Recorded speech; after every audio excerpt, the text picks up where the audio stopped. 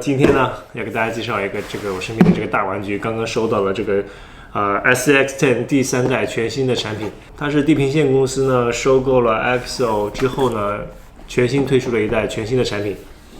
我们都知道 SX10 呢在攀爬界口碑非常的棒，尤其是上一代2代产品呢，这么多年过去了，它在攀爬粉丝圈的保有量仍然非常的高。就是因为它凭借它良好的质量、强大的通过能力，全新的3代产品呢，在继承了2代优秀基因的基础上呢，最大的改变呢，就是增加了这个门桥系统。我们都知道门桥呢，这2年在攀爬圈呢，非常的流行。这个 AR45的门桥呢，它可以使车的离地间隙呢进一步增加。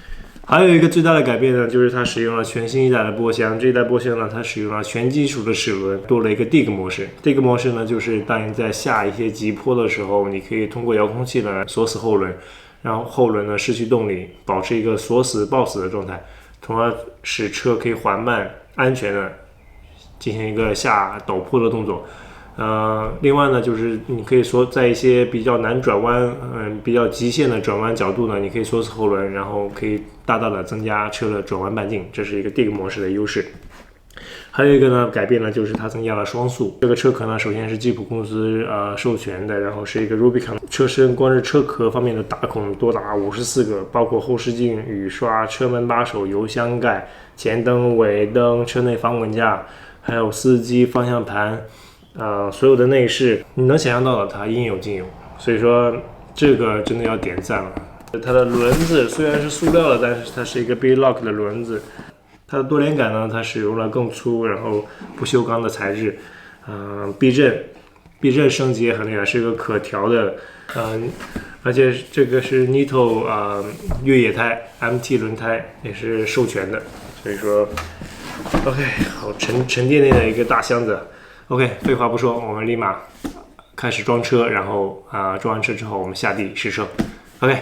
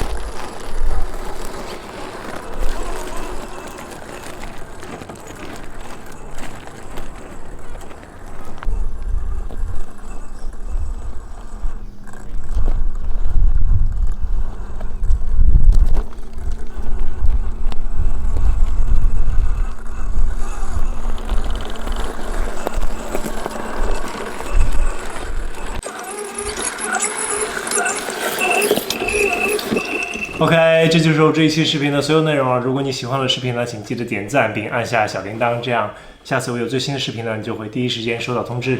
OK， 再次感谢大家的收看，我们下期再见吧，拜拜。